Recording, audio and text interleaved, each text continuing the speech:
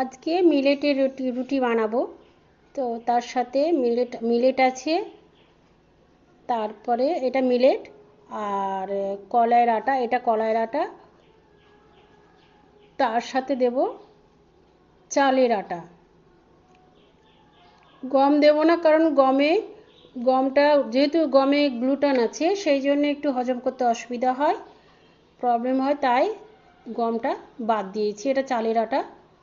আর দেব soya protein 1 চামচ।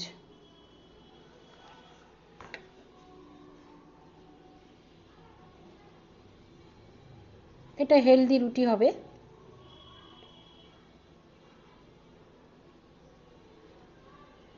এবার আটাটা ভালো করে মিশিয়ে জল দিয়ে মেখে নেব ঠেসে ঠেসে, আর একটু লবণ দেব।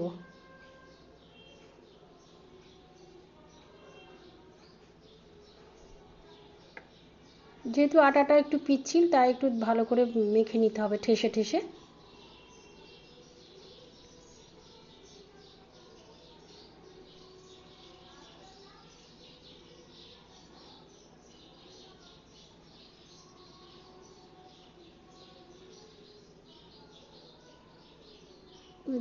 একটু লবণ দেবে, হ্যাঁ।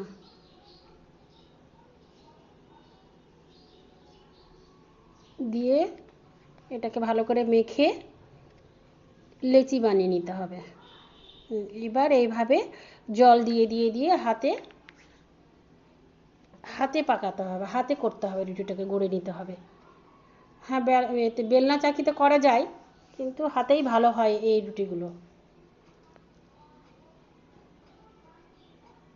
দিয়ে গ্যাসের ওভেনে মাটির তাওয়াতে এটাকে সেঁকে নেব রুটিটা বানিয়ে।